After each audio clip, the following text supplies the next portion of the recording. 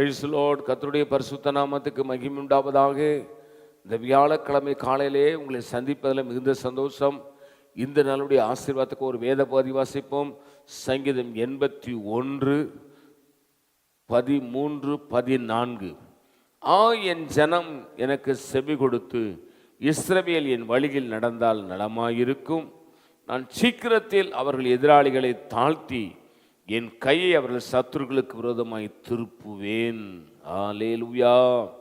ஆண்டவர் சொல்கிறார், என் ஜனம் எனக்கு செவி கொடுத்தால் நலமாயிருக்கும். உலக மனிதர்களுக்கு செவி கொடுக்காதீங்க, ஆண்டவருக்கு செவி கொடுங்க. நம்மளை தவறான வழியிலே வழிநடத்தி விடுவார்கள். ஆனால் நம்முடைய இரட்சகராகிய இயேசு கிறிஸ்துவோ செம்மையான வழி நடத்துவார். ஆண்டவராக இயேசு சொல்றாரு, என் ஜனம் எனக்கு செவி கொடுத்தால் நலமாயிருக்கும்.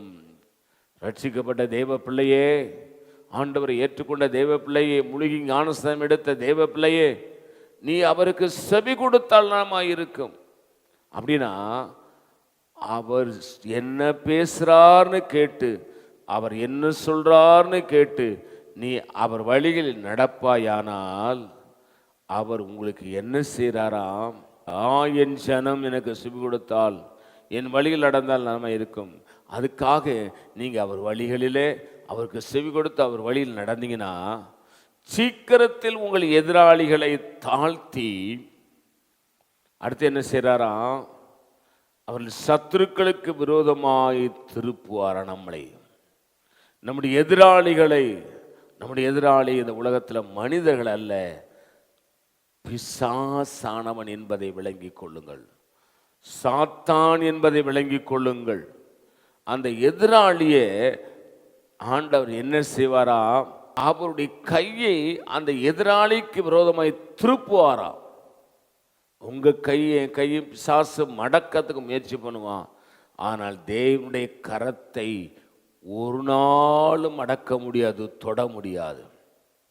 அது வல்லமையுள்ள கரம், அது பரிசுத்தமுள்ள கரம், அது நீதி உள்ள கரம். விளங்கி கொள்ளுங்கள். இந்த காலை வேளையிலே சீக்கிரத்திலே உங்கள் சத்துருவை உங்கள் காலின்கள் மிதித்து போட வேண்டுமானால், உங்களுடைய பிரச்சனைகள், உங்கள் கஷ்டங்கள், உங்கள் துன்பங்கள், உங்கள் போராட்டங்கள், உங்கள் பலவீனங்கள் மாற வேண்டுமானால் அவருக்கு செவி கொடுங்க. யாருக்கு? ஆண்டவராகிய இயேசு கிறிஸ்துவுக்கு செவி கொடுங்க. இயேசுவே, இந்த நான் முதற்கொண்டு என்னுடைய பிள்ளைப்பா, என் ஆவி, என் ஆத்துவா, என் சரீரத்தை, என் ஜீவனை ஒப்பு கொடுக்கிறேன்னு சொல்லுங்க.